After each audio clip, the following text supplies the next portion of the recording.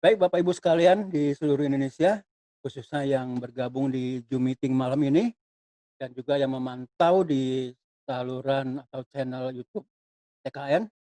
Malam ini kita mau membahas topik yang sedang hangat yaitu tentang eh, menghadapi radikalisme antara Indonesia dan Prancis. Kita akan mendapat pemaparan dan masukan dari pakar-pakar yang sangat kompeten di bidangnya yang selama ini sudah eh, banyak memberikan masukan, membagikan sharing knowledge dalam bidang-bidang ini. Pertama adalah Dr. Mahmoud Chartot. Ya.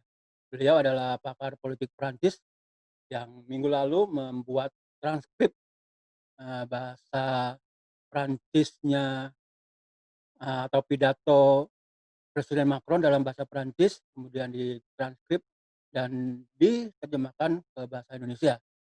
Ini sangat berguna sehingga kita mendapat pemahaman yang jelas apa yang dimaksud oleh Presiden Macron supaya tidak salah mengerti. Ya. Kemudian juga ada Dr. Syafiq Hasim. Beliau adalah Wakil Ketua Lembaga Pendidikan Tinggi NU. Beliau sangat kompeten tentunya di bidangnya. Beliau akan menyampaikan nanti memberikan kita pemahaman antara Islam, Muslim, dan Islamisme atau apa yang dimaksud Islamis oleh Presiden Macron. Gitu ya. Tentunya beliau sangat kompeten di bidang ini. Kemudian juga ada Mas Ananda Soekarlan, ya, beliau kita kenal sebagai seorang seniman, ya, seorang komponis kaliber dunia yang sering diundang oleh Ratu Spanyol untuk memperdengarkan komposisi-komposisinya yang dia gubah yang luar biasa itu. Uh, Tentunya bagi seorang seniman uh, kebebasan berekspresi adalah hal yang sangat vital ya tentunya. Dan inilah yang saat ini sedang menjadi perseteruan atau benturan antara kebebasan berekspresi dan radikalisme yang terjadi di Eropa, khususnya di Prancis akhir-akhir ini. Dan Mas Ananda nanti akan menyampaikan pengalamannya karena beliau cukup lama dan sangat lama juga ya bermukim di Eropa. Dan ini dia akan menyampaikan pandangan tentang kebebasan berekspresi di Eropa dan juga di Indonesia. Dan kemudian terakhir adalah Dr. Hikmahanto Juwana ya. Beliau adalah pakar hubungan internasional di Universitas Indonesia, guru besar, profesor ya, dan juga beliau adalah sekarang rektor di Universitas Jenderal Ahmad Yani. Ya, beliau nanti akan menyampaikan hubungan internasional dari sisi hubungan internasional, ya bagaimana hubungan masalah ini mempengaruhi diplomasi atau hubungan diplomatik antara Indonesia dan Prancis karena Presiden Jokowi sudah membuat kecaman ya kepada bukan saja terhadap tindak kekerasan di Prancis akibat radikalisme, tapi juga Presiden Jokowi juga menyampaikan kecamannya terhadap pernyataan Presiden Macron. Ya. Jadi beliau akan menyampaikan, para pakarnya akan menyampaikan masukan bagi kita semua. Baik, tanpa berpanjang-panjang lagi, kita akan memulai dari pemapar pertama yaitu Dr. Mahmoud Chartot. Selamat malam Pak Mahmoud. Silakan Pak untuk menyampaikan pemaparannya. Silakan Pak. Oke. Assalamualaikum warahmatullahi wabarakatuh. Selamat malam. Bapak-bapak, ini bapak-bapak nggak ada ibu ya? Nggak ada mbak atau kakak-kakak semuanya. Ini karena di relay di YouTube, berarti harusnya nggak cuma bapak-bapak saja di sini. Ya, rekan-rekan semua, sahabat-sahabat yang dimanapun berada, baik di Indonesia maupun di luar negeri. Terima kasih undangannya dari TKN untuk berbicara, memberikan penjelasan berdasarkan apa yang saya tahu, apa yang pernah saya pelajari selama di Prancis. Tapi perlu catatan disclaimer-nya, saya bukan ahli agama, itu yang mungkin perlu dicatat. Walaupun di sini saya pakai peci, tapi statusnya saya santrinya Yai Syafiq Hasim. Karena beliau ketua PCNU, aku di Eropa itu ketua PCNU. Itu kiai betul berarti. Nah, eh, pertama yang harus kita lihat kronologis sebenarnya, kronologis terkait ontran-ontran atau keributan-keributan ini yang sampai hari ini masih berlangsung. Misalnya kemudian hari ini masih ada demo di depan kedutaan besar Prancis bahkan. Nah, kalau menurut saya pribadi, saya sangat menyayangkan Pak Jokowi menyampaikan pidato yang justru kabur lah. Kalau dalam konteks hukum misalnya obskur libel gitu, gugatan itu tidak jelas. Misalnya kalau mau mengutuk macam-macam kan, ini kemudian seperti narasinya Recep Tayyip Erdogan itu yang ngomong ngalor ngidul, ini apa maksudnya? Sangat disayangkan satu. Terus kedua, sangat disayangkan juga kesalahan penerjemahan, kesalahan interpretasi, bahkan kesalahan pemahaman terkait pidato Macron. Misalnya pidato Macron itu, misalnya kalau public discourse ya, official itu ada dua terkait misalnya hal ini. Yang pertama itu pidato tanggal 2, misalnya kemudian itu lebih relevan kita bahas, kemudian kita coba bandingkan dengan di Indonesia. Nah, tanggal 2, saya pada saat itu mendengar sendiri pidatonya Macron sama istri lah, sebagai pengangguran profesional gitu kan ya. Cuman isinya mengajar, riset, ya lebih banyak di rumah lah.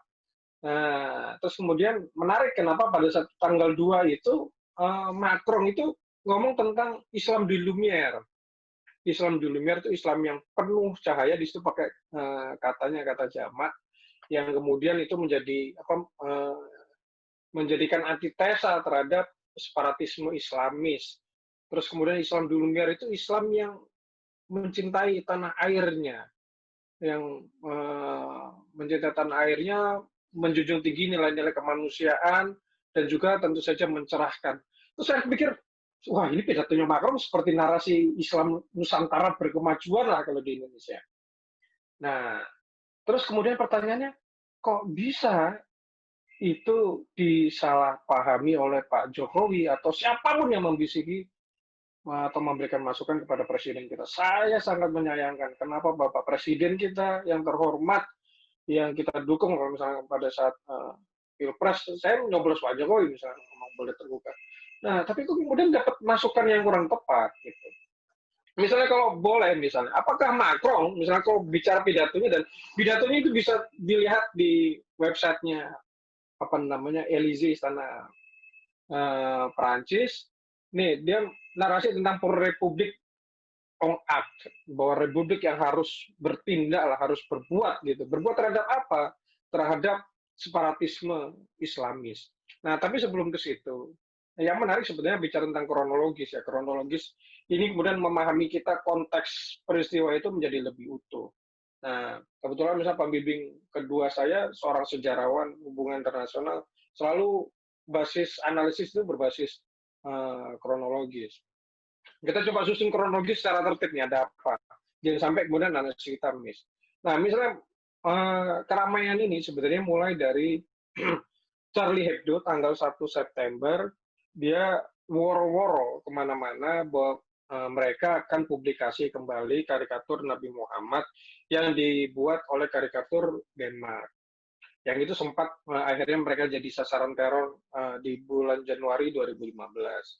Nah, ini nggak tahu, nggak ada hujan, nggak ada angin, itu tiba-tiba dia woro-woro. Nah, tapi yang menarik misalnya kalau bapak-bapak, rekan-rekan atau ibu-ibu sekalian atau kakak-kakak yang melihat dialog ini, di Prancis itu tidak viral.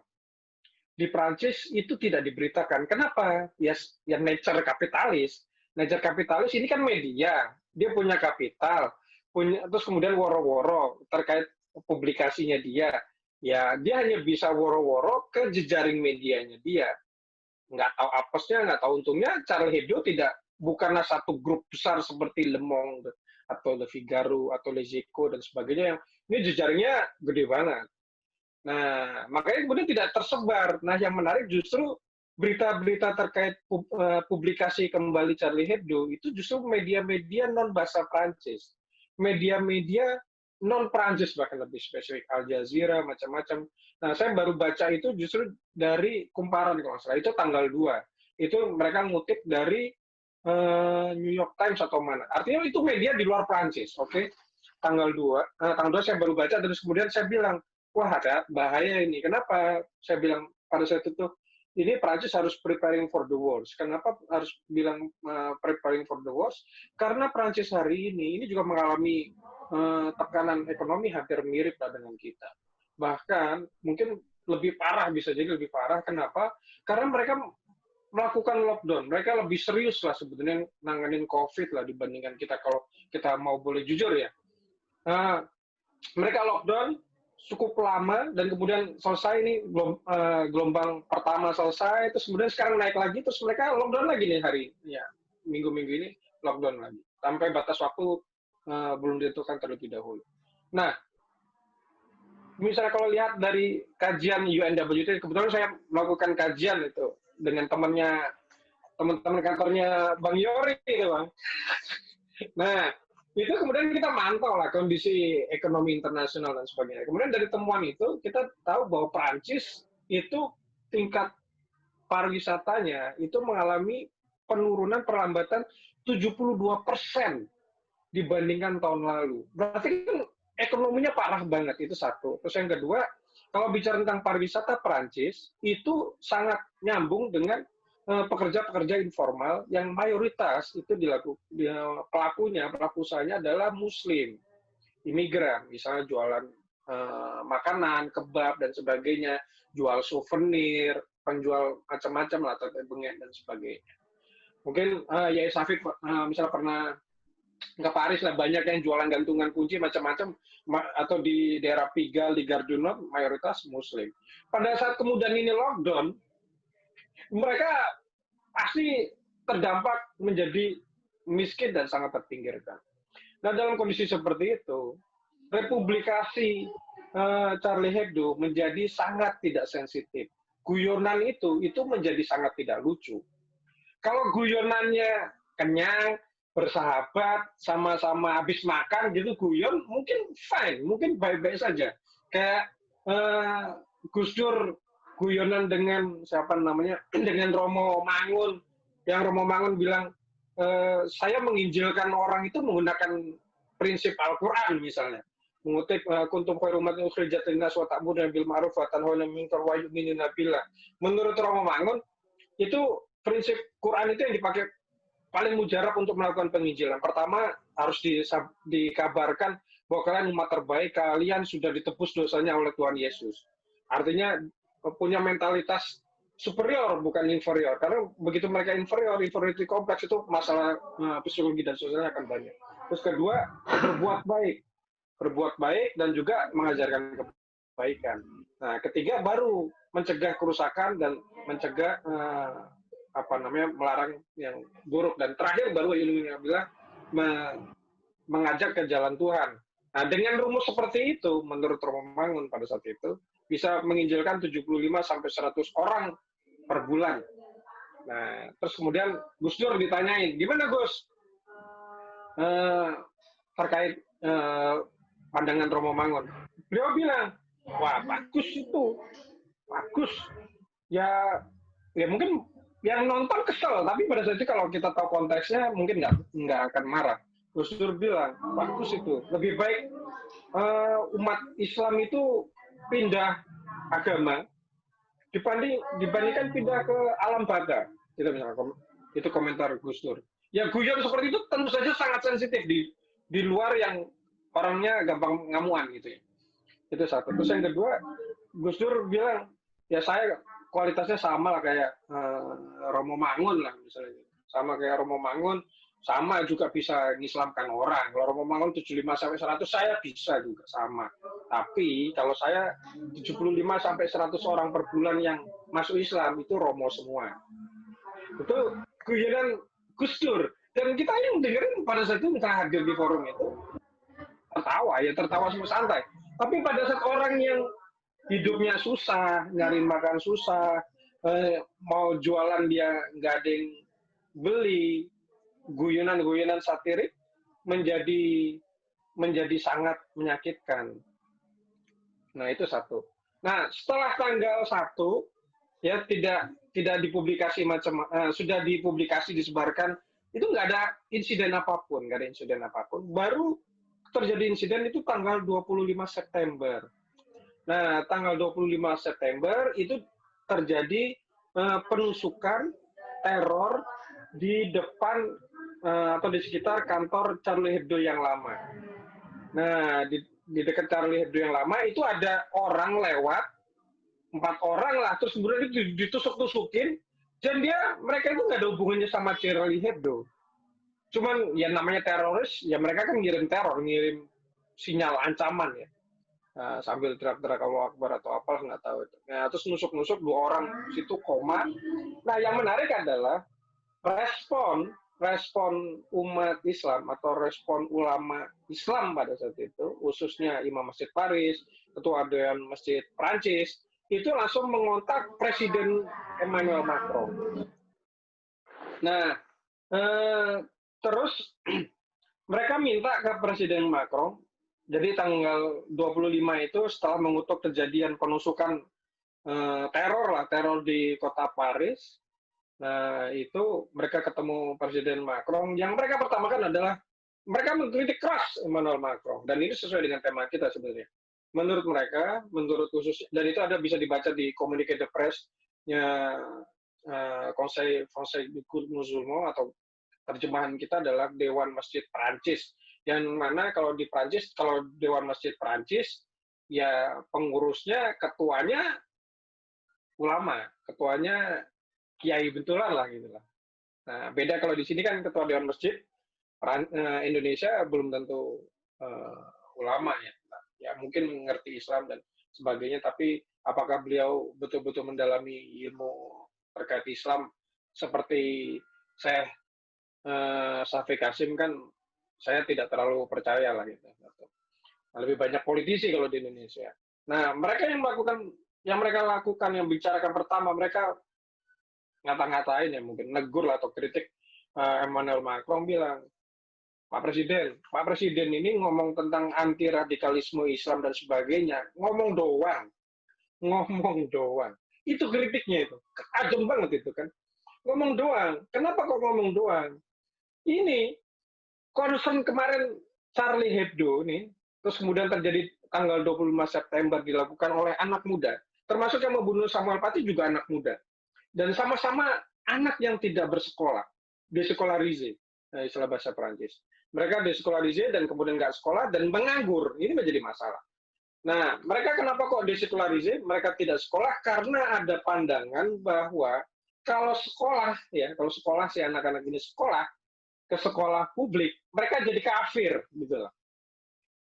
Ya, karena tidak sesuai dengan nilai-nilai Islam yang mereka yakini, dan ini berbahaya menurut mereka. Harusnya negara tegas, nggak boleh bibit-bibit radikalisme itu ditolerir. Mereka harus tegas, bikin peraturan lah.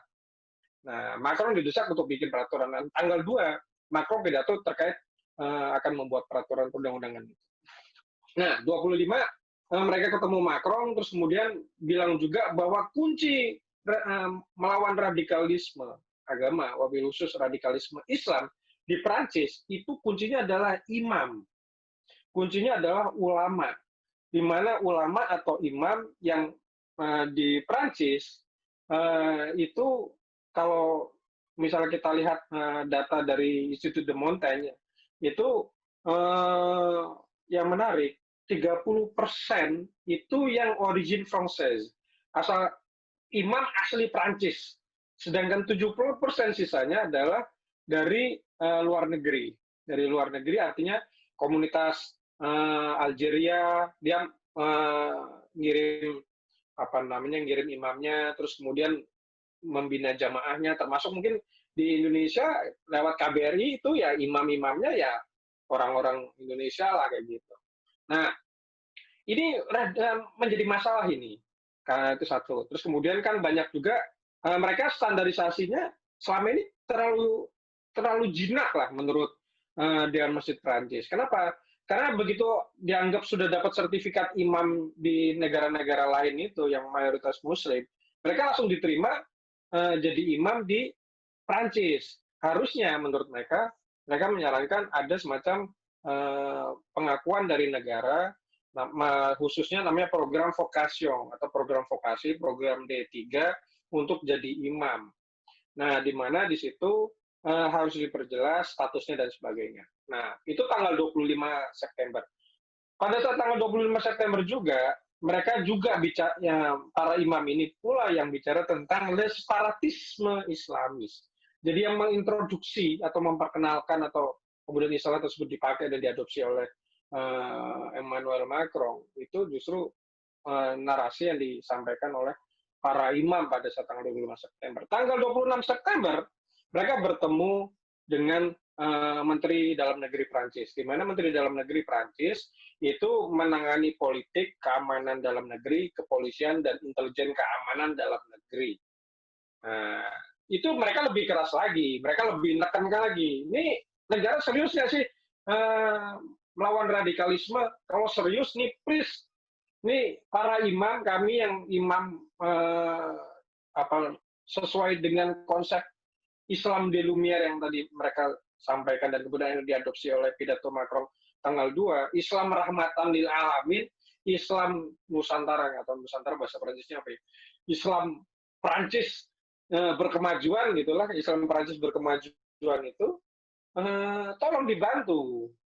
Nggak negara cuman ya udah silakan macam-macam. Akhirnya kami ini yang berbenturan sama umat sendiri, bahkan kami seringkali dituduh bukan Muslim itu. Nah, please diatur, terus kemudian please diatur juga karena ini mereka para imam ini menjadi ujung tombak. Ini kan mereka harus mendedikasikan dirinya 3 tahun dan kemudian harus lulus, dapat ijazah. Nah, setelah dapat ijazah, ini agak susah. Dengan ijazah imam, ini bukan sertifikat ya. Kalau sertifikat mungkin bisa online macam-macam kayak Udemy, Prakerja dan sebagainya atau bikin SIM lah yang paling gampang. Cuman sehari jadi. Ini nggak bisa. Butuh waktu 3 tahun belajar hadis, belajar Quran secara serius gitu. Nah, untuk syarat minimalnya harus bisa baca Quran, bisa bahasa Arab, macam-macam. Jadi nggak ada imam dadakan, ustadz yang nggak ngerti nahwu sorot terus jadi imam di Prancis, almost impossible. Dengan model yang sangat tertib. Nggak usah bicara tentang imam lah, misalnya di Prancis. Prancis itu semua serba aturan. Untuk tukang ledeng saja, kalau nggak punya sertifikat, kalau kita ketahuan mempekerjakan orang jadi tukang ledeng dan ketahuan, itu kita kena denda 2.500 euro. Itu. Apalagi misalnya tukang pijat, tukang apa namanya, gunting rambut, tukang apa namanya, bikin baju macam-macam, itu butuh sertifikat, butuh ijazah khusus. Itu Perancis seperti itu. Apalagi imam yang itu bersentuhan dengan publik.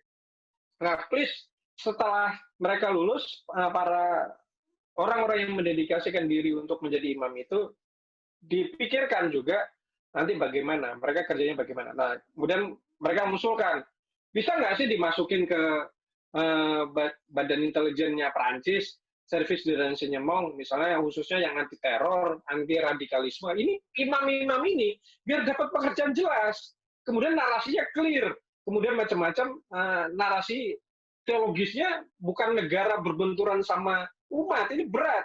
Harusnya kemudian ada penjelasan narasi teologis itu dijelaskan oleh orang ini memang berkompeten, bukan kemudian polisi yang nggak ngerti hadis, nggak ngerti ini kan kemudian ada tiap orang punya keyakinan masing-masing. Oke, tanggal 26, ternyata pada saat tanggal 27 itu ada insiden serang balik lah, tanggal 25 September teror di depannya Charlie Hebdo, tanggal 27 terjadi vandalisme di Rue Javel, di masjid. Di Prancis dicoret-coret gitu. Nah, terus kemudian terus itu, setelah masjid dicoret, besoknya gereja dicoret di Lyon. Terus kemudian di Bordeaux masjid dicoret-coret, bahkan mau ditabrak sama mobil. Terus sampai 29 dan seterusnya, bahkan ada gereja itu mau dibakar, tapi ini untung nggak terekspos di sini ya, termasuk di sana pada saat masjid mau ditubruk dan sebagainya, untung masih belum ramai. Nah, terus para ulama ini nelpon lagi Macron, Pak Presiden, ini jenengan ini serius nggak sih ngomong tentang radikalisme Islam ini? Coba ya Mbak ngomong gitu. Nah, akhirnya tanggal 2 Oktober itu Macron pidato yang kemudian itu sempat heboh karena salah interpretasi, salah penerjemahan, dan salah persepsi. Nah, pada saat tanggal 2 Oktober itu, Macron sebenarnya clear ya, misalnya bicara tentang le problème n'est pas la laïcité. Nah, problem terkait di Republik Prancis itu bukan laicite, kalau menurut saya lebih pas diterjemahkan sebagai abanganisme ala Prancis, karena laicite itu berasal dari kata dasar laik, yang artinya orang awam, orang biasa-biasa saja, dan itu antonimnya, lawan katanya adalah clerical. Clerical itu yang berbau gereja, yang berbau agama, keromo-romoan, kalau istilah kita santri. Ya santri kalau dari perspektif Gertz ya kebalikannya abangan lah. Saya lebih sering menggunakan konsep namanya abanganisme. Nah, abanganisme ala Prancis itu adalah kebebasan, la liberté de croire ou de ne pas croire, kebebasan untuk percaya atau tidak percaya, dan menjamin la possibilité d'exercer son culte à partir du moment où l'ordre public est assuré. Bahwa itu memberikan kemungkinan setiap orang beribadah di tempat ibadahnya masing-masing sesuai dengan keyakinannya, tapi dengan prasyarat, dengan prakondisi seperti ngomong l'ordre public public order terjamin.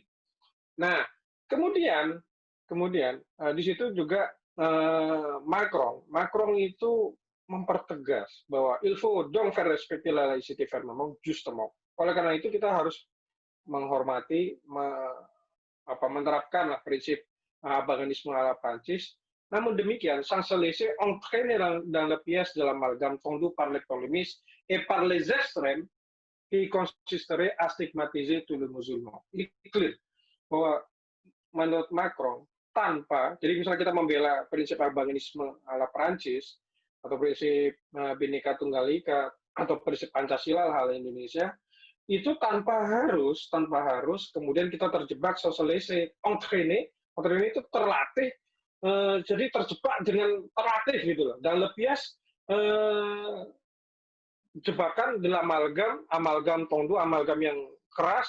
Kalau menurut saya itu terjemahan yang paling gampang, jebakan Batman lah, yang disiapkan oleh para polemis, orang yang suka bikin polemik. Kalau istilah saya adalah konflikpreneur, orang yang senang ada konflik, begitu ada konflik mereka bisa hidup, mereka bisa makan, begitu ada demo mereka bisa hidup, bisa makan. Nah, par les polemis par les extrêmes, dan oleh mereka kelompok ekstrim, kelompok atau partai ekstrim. Sebenarnya ini juga pidato, sebenarnya dari sini kita bisa tahu bahwa ini pidato politis. Kenapa? Karena pada saat tanggal 2 Oktober itu, Marine Le Pen itu sudah deklarasi akan menjadi kandidat presiden tahun 2022. Nah, Marine Le Pen merupakan kandidat dari partai ekstrim kanan Prancis. Yang menurut Macron, para polemis dan les ekstrem itu adalah qui consisterait à stigmatiser tous les musulmans, yang selalu konsisten, yang telah konsisten dan akan terus konsisten menstigmatisasi umat Islam. Di sini menggunakan katanya adalah les musulmans, berbeda dengan Islamis. Kalau di Prancis kata Islamis itu sangat lekat dengan kelompok atau mereka yang berpaham Islamisme. Berpaham Islamisme berbeda dengan mereka yang menganut agama Islam, itu berbeda. Mereka yang menganut agama Islam disebutnya musulman, kalau mereka menganut ideologi politik Islamisme disebutnya Islamis kalau di Prancis. Ini mungkin perlu klarifikasi. Nah, kemudian Macron memperjelas bahwa le problème c'est le separatisme islami, ce projet conscient théorisé politico-religieux qui se concrétise par des écarts répétés avec les valeurs de République. Nah, problem ini adalah separatisme Islamis yang secara sadar ada teorinya, dan ini juga sebuah proyek politik keagamaan tertentu yang termanifest dengan cara menjauhkan diri secara berulang dengan nilai-nilai Republik. Qui se traduit souvent par la constitution d'une contre-société dans le management sont la désécularisation des enfants, le développement pratique et sportif, culturel, communautarisé, qui sont le prétexte à un prinsip qui ne sont pas conformes aux lois de la République. Artinya adalah bahwa prinsip separatisme Islamis, kalau bahasa sederhana Indonesianya, itu ya para pengasong khilafah lah. Mereka ingin mendirikan khilafah, mereka ingin mendirikan negara dalam negara, itu separatisme Islamis. Clear sebenarnya. Sebenarnya dalam konteks ini inline dengan kebijakan Pak Jokowi. Namun demikian, kalau misalnya kita boleh terbuka, Pak Jokowi tidak pernah ngomong bicara tentang anti HTI. Yang bicara di depan publik untuk isu-isu sensitif seperti itu, selalu Pak Jokowi menggunakan orang lain. Pada saat misal pembubaran HTI, yang paling depan Pak Wiranto pada saat itu. Koreksi saya kalau misalnya salah. Nah, kemudian termasuk bagaimana aturannya terkait melawan radikalisme, terkait melawan separatisme Islamis di Indonesia, melawan HTI, yang berani berhadapan-hadapan sama HTI, selama ini di Indonesia teman-teman Ansor sama Banser, penegak hukum, nggak ada yang berani. Misalnya kita mau fair ya, nggak ada yang berani. Yang kemarin melakukan advokasi pembubaran HTI dan sebagainya, teman sahabat saya, adik saya Mas Ahmad Budi Prayoga, yang kemudian itu bisa berhadapan-hadapan ngalahin Pak Prof. Yusril Iza Mahendra, yang mantan koleganya Prof. Dik, seniornya Prof. Dik. Nah, itu pada saat Mas Ahmad mencoba mencari saksi ahli yang berani bicara untuk membubarin HTI itu susah di Indonesia, nggak ada yang berani, nggak ada yang berani head to head sama kelompok separatis Islamis, itu nggak ada. Takut kenapa dilabelin anti Islam dan sebagainya, apalagi misalnya yang bicara non Muslim, itu cukup dilematis. Orang Islam saja takut. Misalnya kalau boleh fair pada saat itu, pada saat pembubaran HTI di persidangan beberapa kali di MK dan sebagainya, itu misalnya teman-teman Muhammadiyah nggak ada yang berani. Koreksi saya kalau saya salah. Singkat cerita, secara inline sebenarnya sama. Namun demikian, Pak Jokowi ini ada yang salah bisikin. Ini yang menjadi masalah. Itu satu. Nah, terus kemudian Pak Jokowi kan bilang, harusnya kebebasan berekspresi itu terbatas. Iya, di Prancis itu kebebasan berekspresi juga dibatasi. Dibatasi apa? Oleh hukum. Di Indonesia ini hukum, penegakan hukum ini jelas. Misalnya kita ngomong tentang minoritas dipersekusi dan sebagainya, fenomena itu banyak banget di Indonesia. Seorang pendeta dibunuh di gerejanya oleh aparat berseragam. Di Prancis nggak ada. Pendirian tempat beribadah dipersulit. Di Prancis gampang. Bahkan misalnya wali kota Paris itu ingin mendirikan Islamic Center. Pada saat saya masih kuliah di sana, itu ada videonya. Beliau datang terus akan bicara tentang mau bikin Islamic Center. Itu dilakukan oleh wali kota representasi negara di depan minoritas. Kalau di Indonesia, wah ya berabe. Gitu.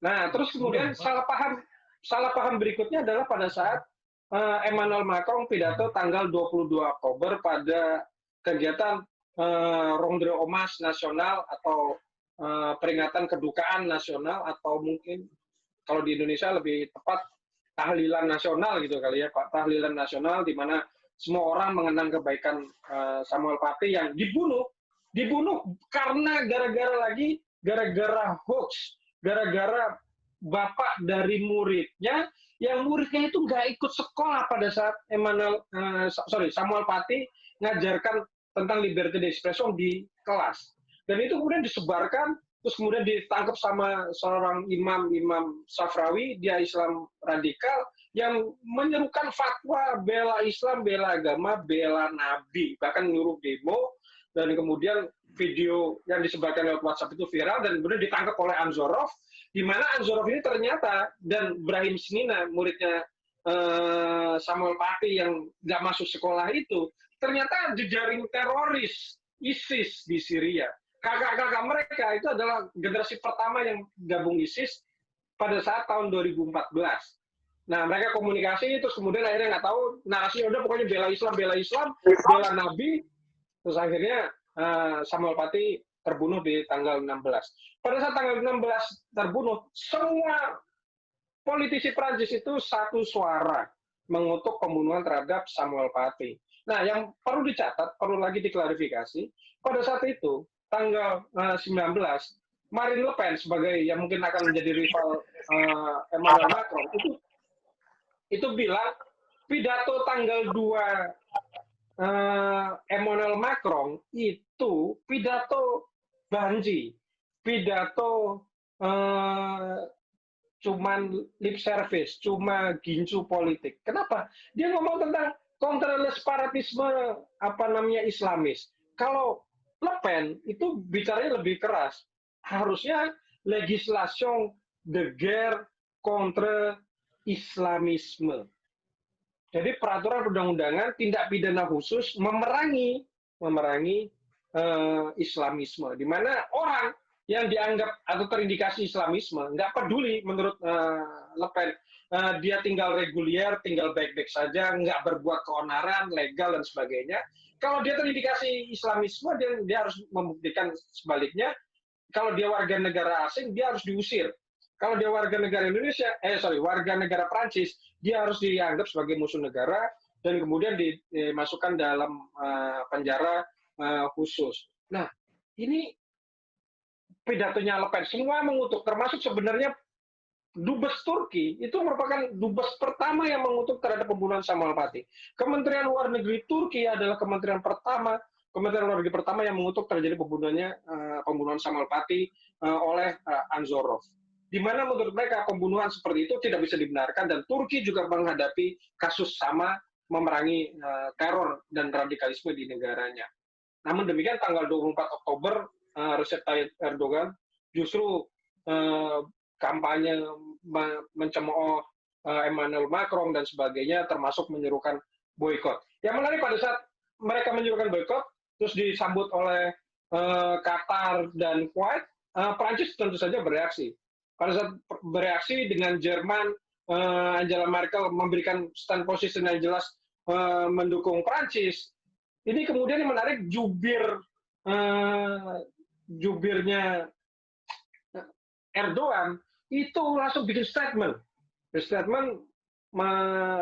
bahwa pembunuhan terhadap Samuel Paty tidak bisa dibenarkan atas nama apapun dan itu adalah pembunuhan kejam.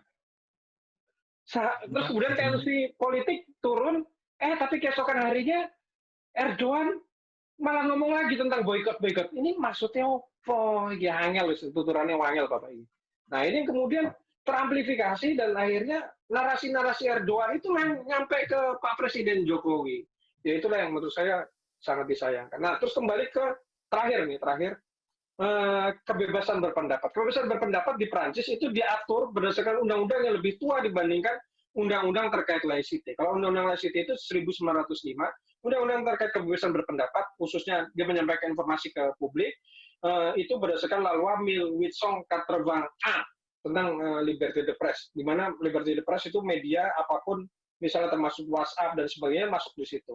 Di mana situ tegas nggak boleh apabila kebebasan berpendapat itu liberty d'expression itu menimbulkan provokasi, pertama kebencian, yang kedua diskriminasi, yang ketiga adalah kerusakan atau teror. Itu nggak boleh.